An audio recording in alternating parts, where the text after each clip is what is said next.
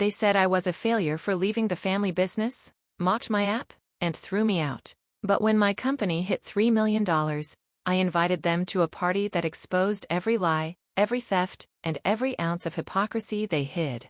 I'm Lisa Dunn, 30 years old, and my family in San Diego yelled, "Get out and fend for yourself," because they saw me as a useless failure chasing tech dreams. My brother just laughed, thrilled to watch me go. None of them knew I had $3 million hidden from my mobile app startup they'd ridiculed for years. It blew up one humid evening in our family home.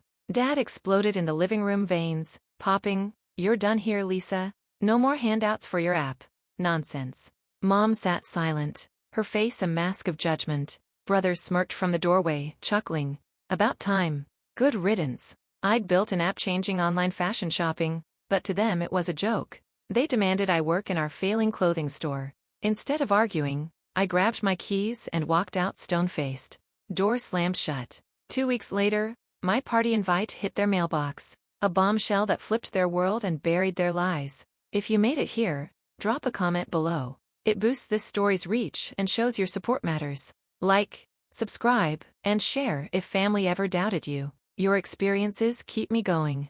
It started on a humid evening in our family home outside San Diego. The living room felt smaller than usual with everyone gathered there after dinner.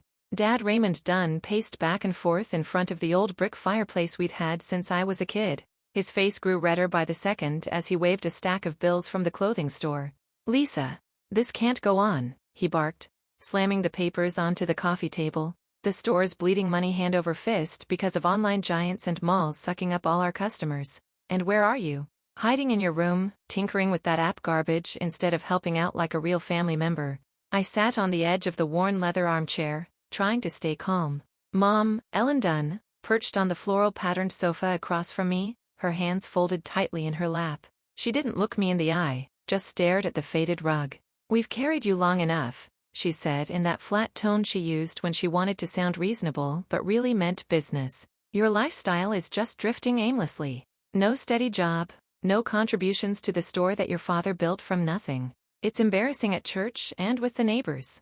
Then my brother Austin chimed in from his spot slouched against the wall near the kitchen doorway. At 33, he worked as a high-end sales rep for a chain store downtown, and he never missed a chance to remind everyone. "Come on, Dad's right," he said with a grin that didn't reach his eyes. "I've got a real career. Commissions rolling and benefits the works." Meanwhile, Lisa's still pretending her little tech hobby pays the bills. Maybe it's time she faces reality and gets out there on her own. I leaned forward, heart pounding, but voice steady. "It's not a hobby, Austin.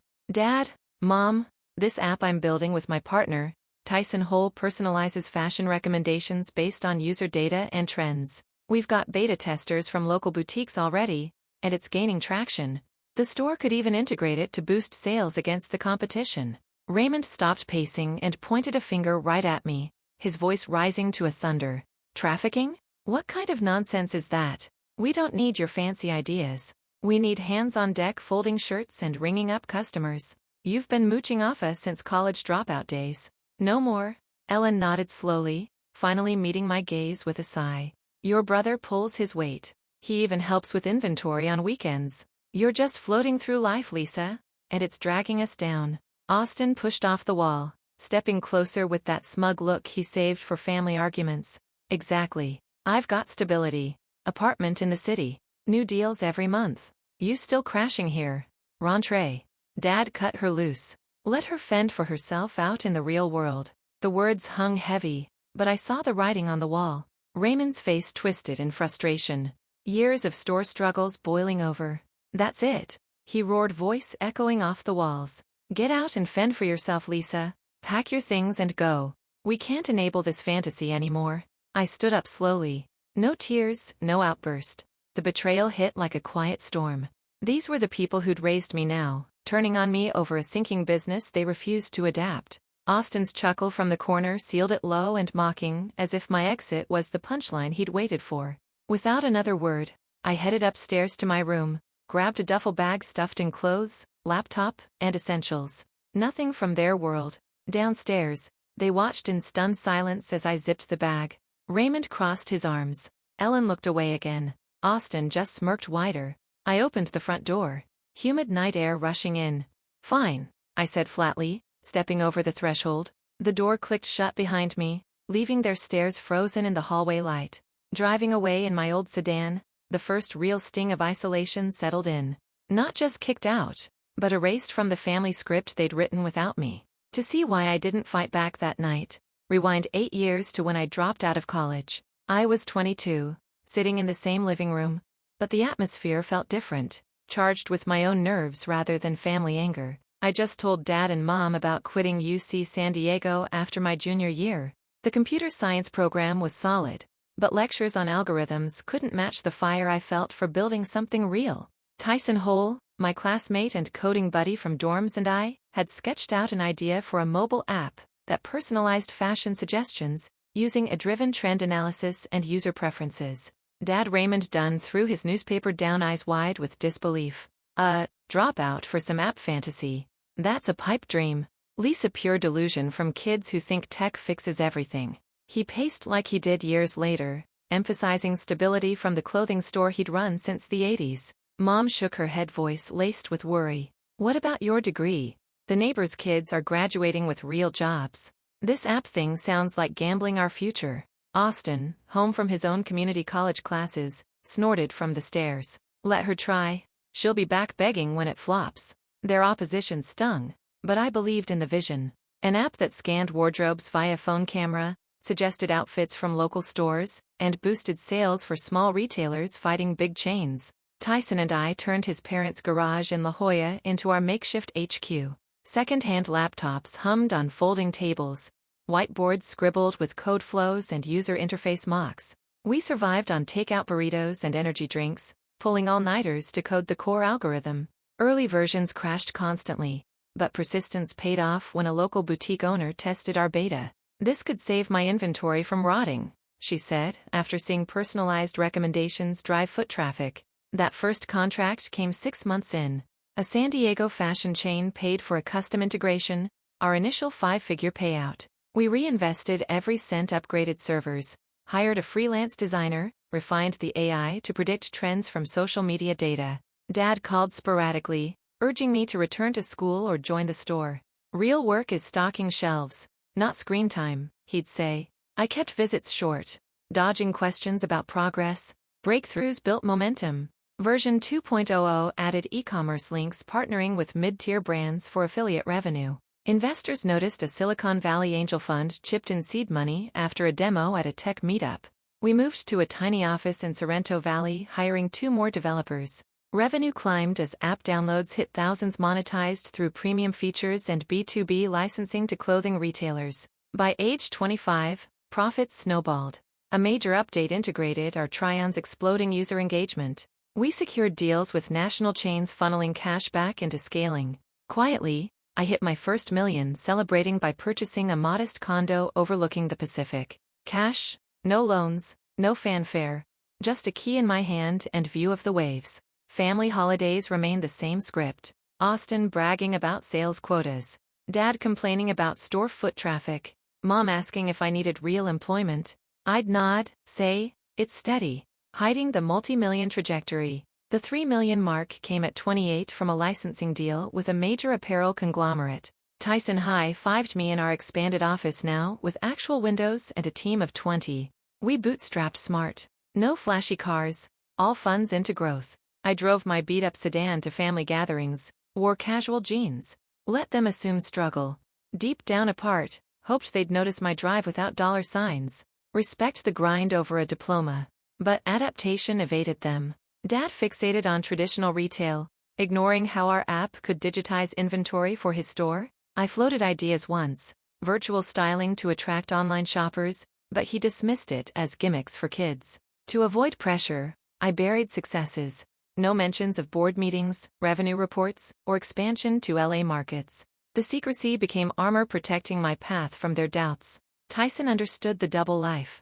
They're missing the revolution, he'd say during late strategy sessions. We launched enterprise versions, consulting for retailers nationwide. My net worth grew, but home visits shrank to obligatory Thanksgivings where I'd endure pitying glances over that tech phase. 8 years of hustle forged resilience. The garage dreams evolved into a thriving company, yet family saw only the dropout. That disconnect fueled quiet determination.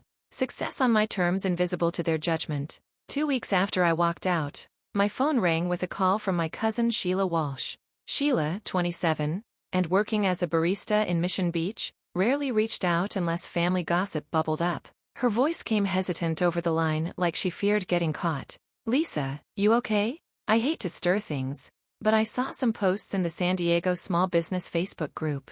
Your mom, Ellen Dunn, has been telling everyone your app crashed and burned. Said you're broke, bouncing between friends' couches, maybe even homeless now." I froze in my condo kitchen, coffee mug halfway to my lips. Ellen spinning tales. Sheila continued, voice dropping lower. She posted about tough love, how the family had to cut off a ward child to teach responsibility. People are commenting sympathy for her, sharing prayers. It's spreading to church circles too.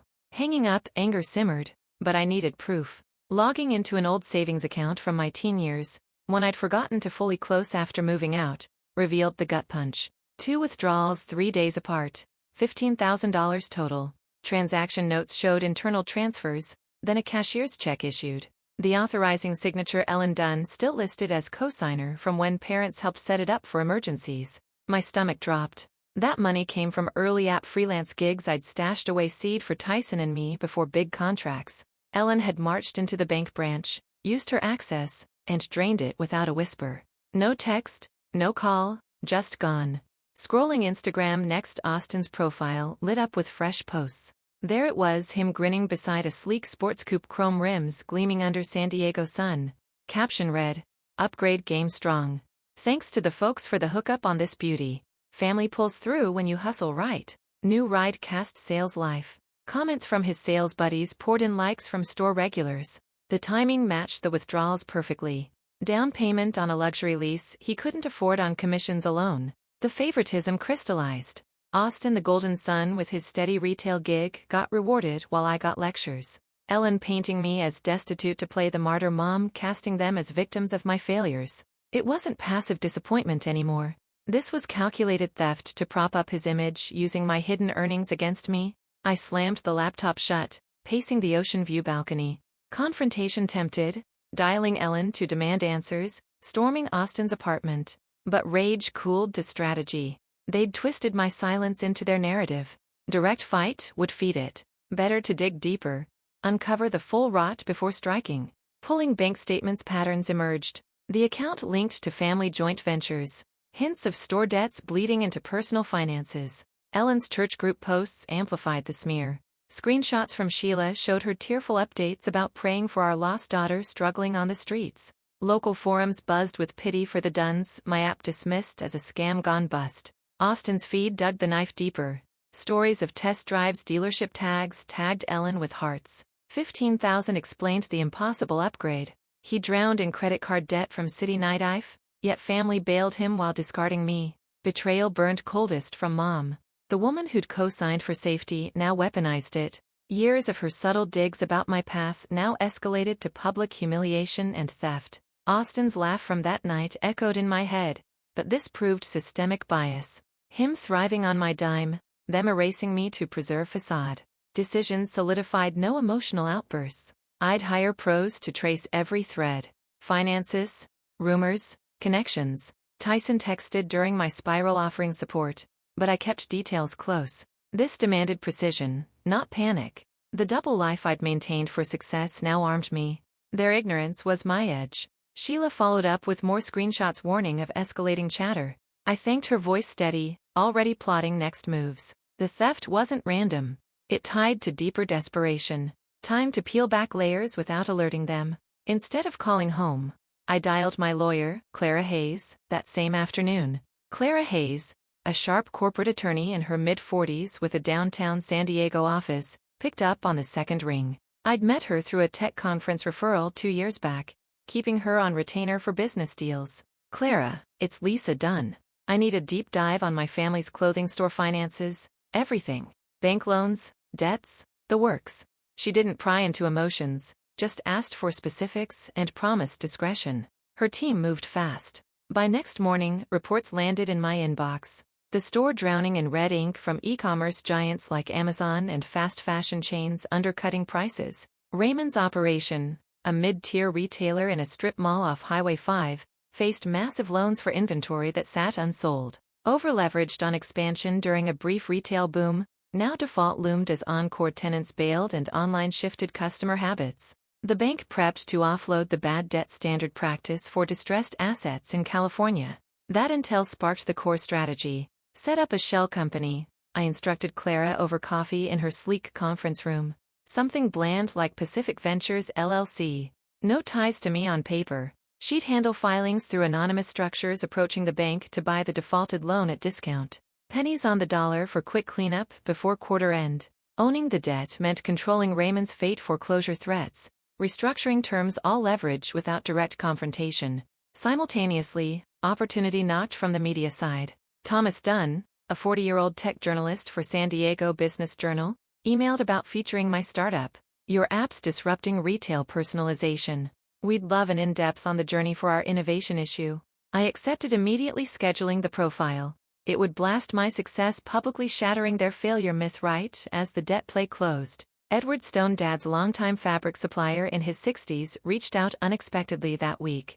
A gruff vendor who'd dealt with the store for decades. He called after hearing whispers. Lisa, your father's in deep, partnerships crumbling. He's ignored my warnings on overstock, bet big on seasonal lines that tanked. Banks circling. We're talking liquidation if no bailout. His intel confirmed Clara's findings. The store teetered on bankruptcy edge, assets vulnerable. Appreciate the heads up. I replied neutrally, his words stealing resolve. Edward's frustration with Raymond's stubbornness, refusing digital pivots, mirrored my own past suggestions, now weaponized for precision. Clara's updates rolled in steadily. The shell entity formed seamlessly. Offer extended to the bank's distress division. Negotiations wrapped with a handshake deal, acquiring the full loan portfolio at 40 cents on the dollar, cash wired promptly. I now held the strings. Calls on payments, asset sales, operational overhaul without a trace back to me. The journalist piece added firepower. Thomas interviewed me in my office, probing early struggles to scaling revenue. No family drama mentions. I steered, focusing on grit and innovation. Photos captured me at the Helm app demos. Live publication loomed, timed perfectly post-debt acquisition. With pieces aligning, I crafted the invitations. Cream stock, elegant script. Raymond, Ellen, and Austin Dunn cordially invited to celebrate a new venture by Lisa Dunn. Evening gala at the Crestview, San Diego's premier waterfront venue. No RSVP, no hints, just the prestige of a spot they'd eyed for special occasions but never afforded. They'd bite, lured by confusion and greed after the article dropped. Predicting fallout, thrilled in cold calculation. Raymond's denial would crack under debt notices. Ellen's rumors backfire amid my spotlight. Austin's smugness curdle seeing me elevated. The gala became tribunal reveal. Ownership exposed, theft watch. Facades crumble. Clara drafted contingencies. NDA's, media statements ensuring airtight execution. Tyson reviewed plans during a secure call, impressed by the chess moves. This flips the board, he noted. Edward's follow-up confirmed bank pressure mounting, accelerating timeline. Every thread tightened the noose built on their blindness to my ascent. Strategy sessions with Clara honed details, debt enforcement subtle at first, then firm. The article's release would ignite panic calls, invitations landing amid chaos. Their perfect family image, stable store, successful son, faced demolition from within. The magazine feature dropped, and suddenly my inbox flooded with panicked messages from home. San Diego Business Journal's cover story hailed my app as a retail gameker, detailing revenue streams and innovation edges. Shares exploded on LinkedIn and local feeds, thrusting my $3 million success into daylight. Raymond's texts pleaded meetings. Ellen's calls went to voicemail with sobs about misunderstandings. Austin's DMs mixed congratulations with probes on how we help the store now. Their shock rippled through community chats, dismantling the broke dropout tale. Overnight, the gala unfolded at the Crestview, a glittering waterfront spot with Pacific views and crystal chandeliers. Valets parked luxury rides. Guests in tailored suits mingled over champagne flats. My family arrived fashionably late, scanning confusion. Why invite them to my new venture? Bash Raymond in his best blazer, Ellen clutching her purse, Austin adjusting cufflinks. All whispers of entitlement amid the upscale crowd. I took the mic on stage after appetizer spotlight warmed Tyson at my side. Thank you all for joining. Tonight honors not just growth, but reclaiming what's mine. Faces turned. Theirs palled as Clara slipped debt notices under plates. Pacific Ventures now owns your store's loans, Dad. Defaulted debt I bought outright. The bleeding from online rivals. It's over on my terms. Raymond bolted upright, fork clattering, face ashen. What you? How? Hoarse denial choked him. Sweat beaded as numbers sank in full portfolio foreclosure imminent without compliance. Ellen froze mid-sip wineglass, trembling, her martyr posts evaporating in silence. No defense. Just wide-eyed void where rumors once flowed. Spotlight shifted to Austin. And that sports could be funded by Mom raiding my old account. 15,000 she co-signed away. Your upgrade on my back, brother, while I built empires quietly. He stammered excuses, color draining, but evidence pinned him. Bank trails Clara traced. Crowd murmured. His sales rep polish cracked. Then Lynn Crane emerged from shadows. My old college confidant, 30 like me, who'd visited my office feigning support. Whispers from staff revealed her slip, jealous over my rise. She'd cornered Ellen weeks back. Lynn Crane, my so-called best friend, fed you secrets for a store job promise. Lynn flushed, admitting envy-fueled betrayal. My success spotlight burned her stalled career. You acted untouchable, she muttered. But damage done. Trust shredded publicly. Tyson Holt stepped forward. Projector flickering blueprints. We're restructuring app integration for virtual try-ons, e-commerce pivot to compete. Dad, your legacy survives under new management. No more stubborn denial. Charts showed profit projections, hybrid model blending, physical digital. Raymond slumped, arguments dead. Ellen's gaze dropped. Austin fidgeted, isolated. Questions flew from guests. Tech peers applauding synergy, locals buzzing fallout. Family sat shells. Raymond's empire slipping, Ellen's narrative imploded. Austin's facade exposed. No pleas pierced the hum. Betrayal's weight silenced retorts. I wrapped remarks. Success demands cutting dead weight. Applause swelled as they sat stunned. Ties fraying irreversibly. As the gallows lights dimmed, I left them stunned. Our family ties severed forever. Months later, Pacific Ventures led a restructuring. I invested heavily, turning the strip mall shop into a modern chain, sleek pop-ups, blending physical racks with ape-driven kiosks for instant styling. Our mirrors synced with my platform's algorithms, letting customers try outfits from national suppliers. Branches spread to La Jolla and Mission Bay, attracting tech-savvy millennials who preferred hybrid experiences over malls. Revenue surged 200% in the first quarter, with app integrations driving online orders to in-store pickups. The business thrived, but Raymond Dunn was sidelined. No management role, just a consultant stipend tied to non-inference. His outdated methods, cash-only registers, ignoring digital trends, were phased out. His legacy reduced to a name under professional operators. The gala revelation spread through San Diego's retail circles. Loyal customers boycotted after hearing of the debt grab and theft accusations. Ellen's church groups whispered of family hypocrisy. Local Facebook threads dissected the Dunn downfall, tagging old posts. Rebranded stores, now Coastline Fashion Collective, cut all Dunn ties. Raymond haunted the original location, a ghost watching strangers run his creation, his bitterness turning to isolation. No more vendor handshakes or parades, just silent defeat. Austin collapsed fastest. His sales commissions vanished amid scandal. Clients shunned the thief's brother. Credit froze, leading to bankruptcy. His sports coupe was repossessed, forcing him to sell gadgets and furniture for scraps. He returned to the family home, crashing in his old room, rejected by employers over headlines. No more Instagram flexes, just gas station jobs. His ego shattered, Ellen vanished from social circles.